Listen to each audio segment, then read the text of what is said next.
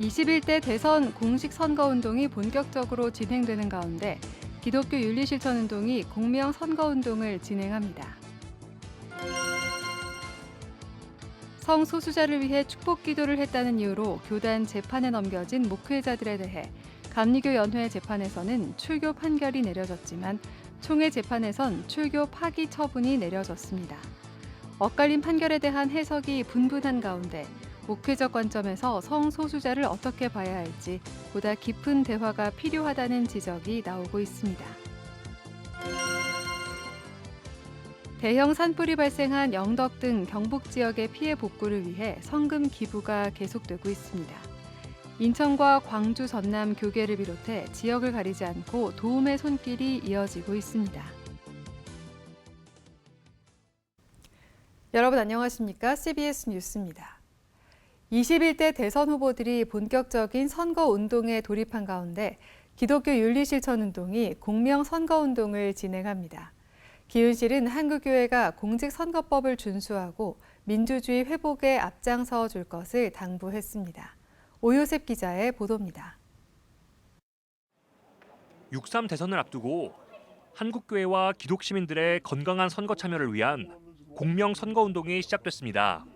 기독교 윤리실천운동은 21대 대선은 불법 비상계엄으로 무너져버린 민주주의의 기초와 헌법의 가치를 다시 회복하는 시대적 과제를 안고 있는 중요한 선거라며 공명선거의 중요성을 강조했습니다. 특히 12.3 내란 사태에서 극우 개신교계는 법치주의와 민주주의를 무너뜨리는 데 중심적인 역할을 했다며 한국교회는 공명한 선거와 민주주의 회복을 위해 더욱 헌신해야 한다고 말했습니다. 한국교회가 지난 6개월 동안 불법 비상계엄 이 상황 가운데서 한국 사회에 너무 많은 죄를 저질렀습니다. 그것은 불법을 옹호하고 또 국민의 분열을 부추기는 중심에 서 있었습니다. 그렇기 때문에 이번 대통령 선거에서는 한국교회가 앞장서서 법을 준수하고 또 한국교회, 한국 전체 사회를 화합시키는 그런 역할들을 해야겠습니다.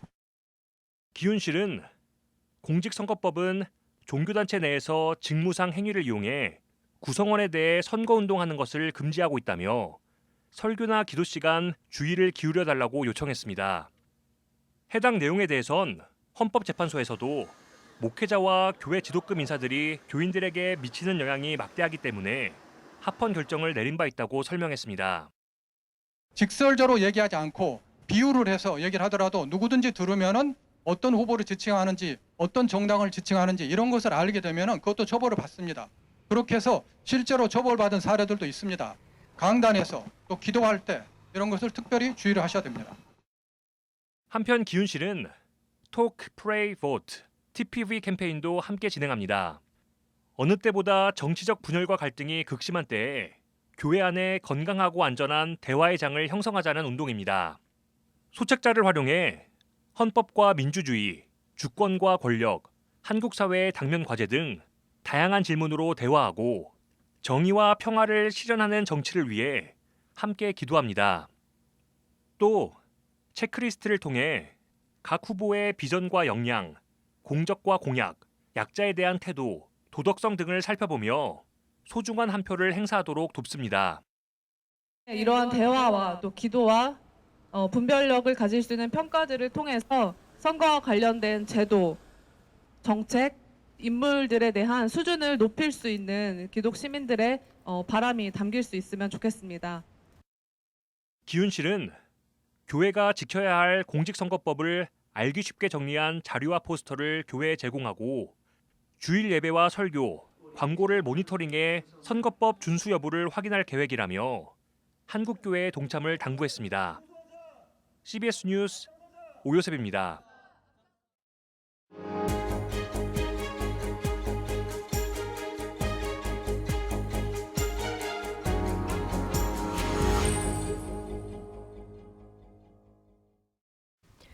지난해 감리교 일부 목회자들이 성소수자를 위한 축복 기도를 했다는 이유로 해당 연회로부터 출교를 당하는 일이 있었는데요. 최근 연회 재판 상급 심격인 감리교 총회 재판부가 출교 처분을 받은 목회자들에 대해 출교 징계를 취소하는가 하면 출교를 정직 10개월로 징계 수위를 낮추는 판결을 내렸습니다. 총회 판결 배경과 의미를 살펴봅니다. 송주열 기자입니다. 감리교단 총회 재판위원회가 성소수자를 위한 축복식에 초청돼 축복 기도를 했다는 이유만으로 목회자에게 출교 징계를 내린 것에 대해 제동을 걸었습니다. 농민교회 차흥도 목사는 지난해 6월 퀴어 축제에 초청돼 성소수자를 위해 축복 기도를 했다는 이유로 충북연회로부터 가장 수위가 높은 징계인 출교 처분을 받았습니다. 차 목사는 이후 상급심인 총회 재판에 상소했는데 교단 총회 재판위원회가 최근 차 목사 출교 처분을 파기하고 사건을 다시 충북연회 재판위로 돌려보냈습니다. 총회 재판위는 고소인과 연회 재판위원이 같은 지방회 소속임에도 제척하지 않은 절차적 하자를 지적했고 축복식 참여가 목회적 업무에 해당하는지 등을 판단해 기존 출교 처분을 파기하고 다시 연회 재판위원회로 돌려보냈습니다. 요청받은 거냐 너희가 자발적으로 한 거냐. 요청받았다. 그래서 하는 얘기가 요청받아서 한 거는 목회 상무고 요청받지 않고 했다 자발적으로 한 거는 그건 문제가 된다 했는데 저희가 막 또 요청을 받는다면 저는 언제든지 성소수자뿐만 아니라 감옥에 갇힌 사람이라 하더라도 누구든지 요청을 받으면 목사는 당연히 가서 기도해주고 그를 품어줘야 된다고 생각합니다. 같은 사안으로 기감 중부연회로부터 출교 처분을 받은 강화 남산교회 윤여군 목사에게 총회재판위원회는 정직 10개월로 징계 수위를 낮췄습니다. 성소수자 축복식을 동성애 찬동 행위로 보고 유죄를 인정하면서도 30년 넘게 농촌 목회를 성실하게 수행해온 점 등을 참작한 겁니다.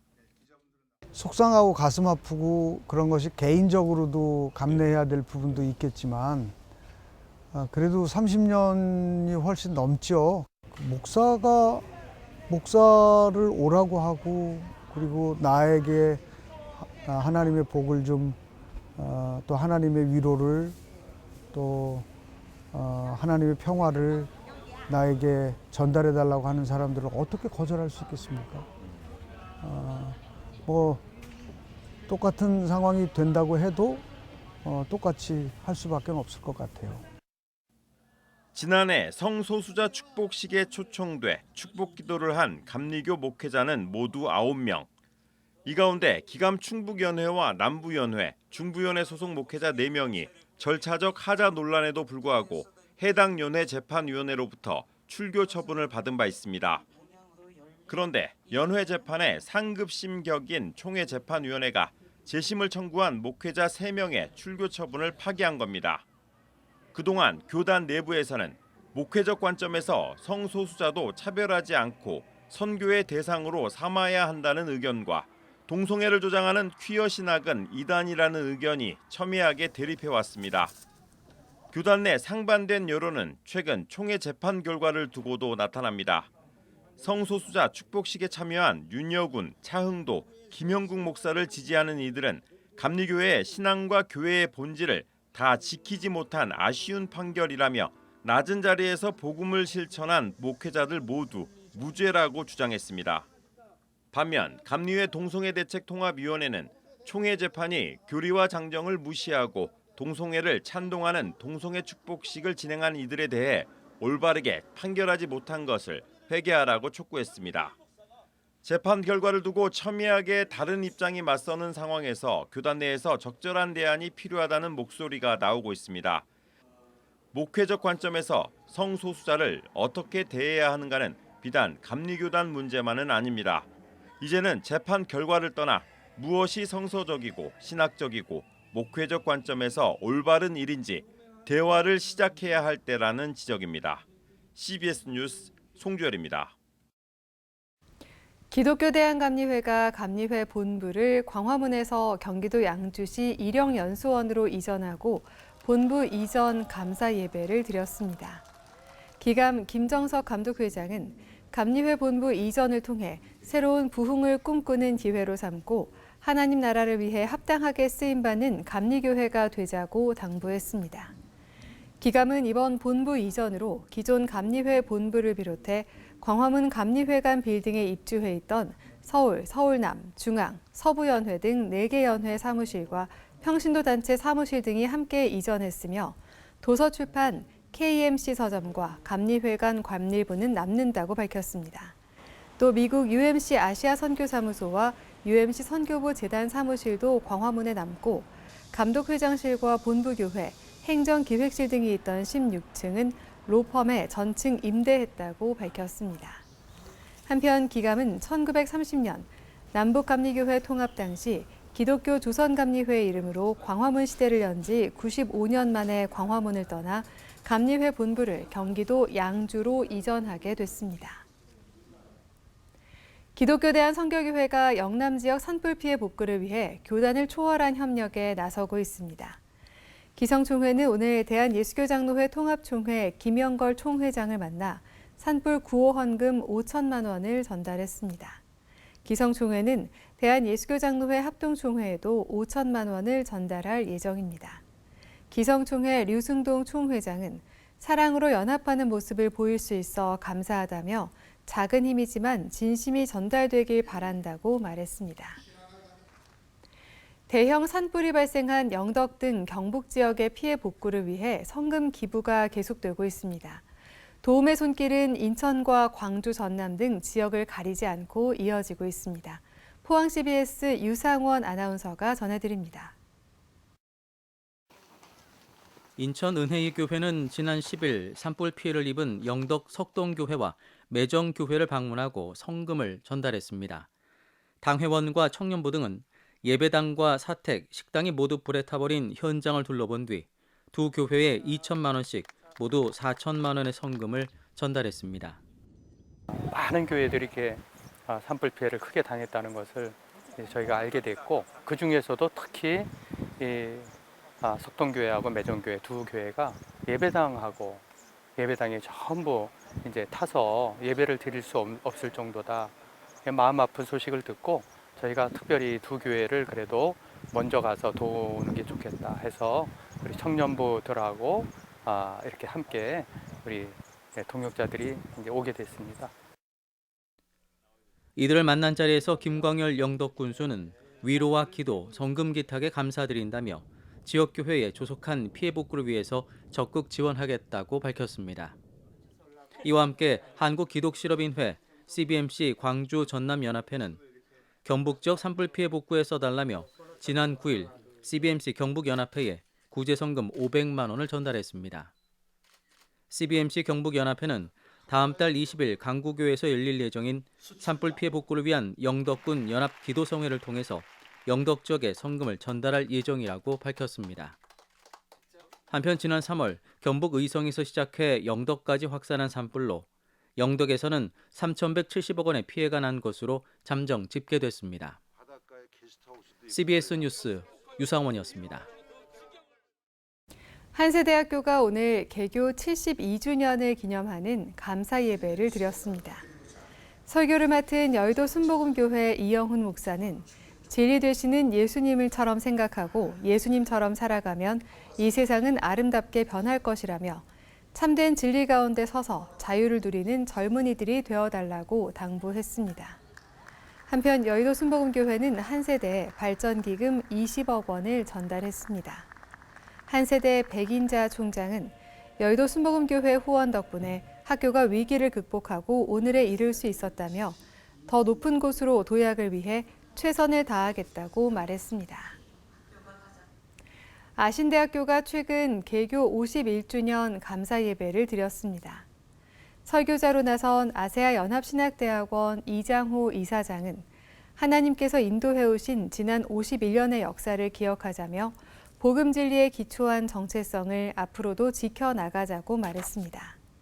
아신대는 이와 함께 장기 근속자에 대한 근속패도 수여했습니다. 아신대는 지난 1974년 설립 이래 복음주의 신학과 세계 선교를 위한 인재 양성이라는 설립 정신으로 목회자와 선교사를 배출해 왔습니다. 쪽방촌 노인과 노숙인 등을 대상으로 무료 급식을 통해 복음을 전하고 있는 전국 노인 노숙인 사랑연합회와 디딤돌 사랑방 선교회가 코로나 팬데믹 이후 중단됐던 5월 가정의 달 효사랑 나눔 한마당 행사를 진행했습니다. 서울역 광장에서 열린 행사에는 인근 지역 어르신들과 쪽방촌 주민 등이 참여해 흥겨운 시간을 보냈습니다. 전국 노인 노숙인 사랑연합회 회장 두재영 목사는 홀로 지내는 어버이들의 노고와 희생에 조금이나마 보답하고자 이번 행사를 마련했다고 말했습니다.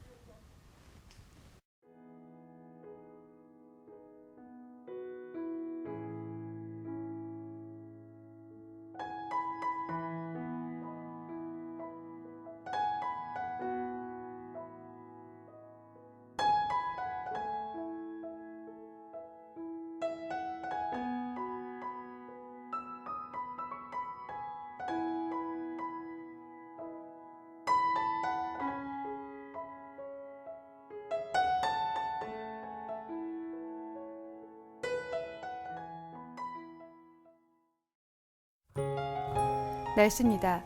내일은 전국이 맑다가 낮부터 점점 흐려지겠습니다. 한편 내륙 지방을 중심으로 일교차가 15도 내외로 크겠습니다. 내일 아침 최저 기온은 9도에서 17도, 낮 최고 기온은 20도에서 28도로 예상됩니다. 이상으로 뉴스를 마칩니다. 시청해주신 여러분 고맙습니다.